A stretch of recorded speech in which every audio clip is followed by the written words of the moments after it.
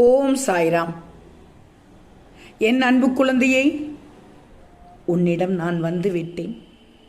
என்னை கெட்டியாக பற்றிக்கொள். உன்னை விட்டு நான் விலக மாட்டேன். என் பிள்ளைகள் கவலைப்படும் போது அதை நிவர்த்தி செய்வதுதானே என் கடமை. உன் வாழ்க்கையில் பல வருட இருள் இப்போது மறைந்துவிடப் போகிறது. உன்னை நிச்சயம் ஒரு நாள் உயர்ந்த நிலைக்கு கொண்டு வருவேன் என்று சொன்னேன் அல்லவா? இதோ அந்த நாள் வந்துவிட்டது. எந்த பிரச்சனையையும் சமாளிக்கும் திறம் உன்னிடம் உள்ளது என்று நான் சொல்லிக்கொண்டே இருக்கிறேன். அதை பயன்படுத்திக்கோ. உனக்கு நல்ல காலம் பிறந்து விட்டது. இனி அனைத்துமே வெற்றிதான். வாழ்க்கையில் இனிமையான நாட்களாகவே இனி உனக்கு அரங்கேறப் போகிறது. ஏன் தெரியுமா? நீ விரும்பிய நேசித்த உறவு உன்னோடு வந்து இணையப் போகிறது. மகிழ்ச்சி தானே தங்கமே? நம்பிக்கையோடு இருந்தாய், பொறுமையோடு காத்திருந்தாய். இதோ உன் காத்திருப்புக்கு பரிசு கிடைத்து விட்டது.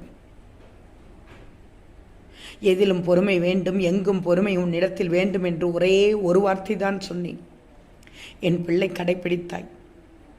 உன்னுடைய கர்ம பலன்களை நான் கழித்து வருவதால் உனக்கு எல்லாமே தாமதமானது. இதோ என்னை நம்பியிருந்த என் பிள்ளைக்கு நீ விரும்பிய நேசித்த உறவு உன்னுடன் வந்து இணையப் போகிறது. உன்னை வளர்த்து உனக்கு உதவி செய்து கொண்டிருக்கும் உறவை நீ தூசியாக எண்ணாதே. இனிமேல் அது மிகப்பெரிய தவறு. அவர்களை மதிக்க கற்றுக்கொள். நான் சொல்லித்தான் உறவாக வந்த உறவு அது.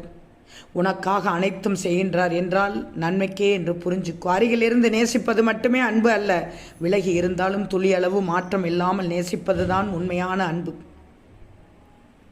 நான் சொல்வதை கேட்டால் நிச்சயம் நீ உயிராய் நேசித்த உறவு, உன்னை விட்டு விலகிய உறவு உன் உண்மையான அன்பை உணர்ந்து மீண்டும் வந்து சேரப்போகிறது.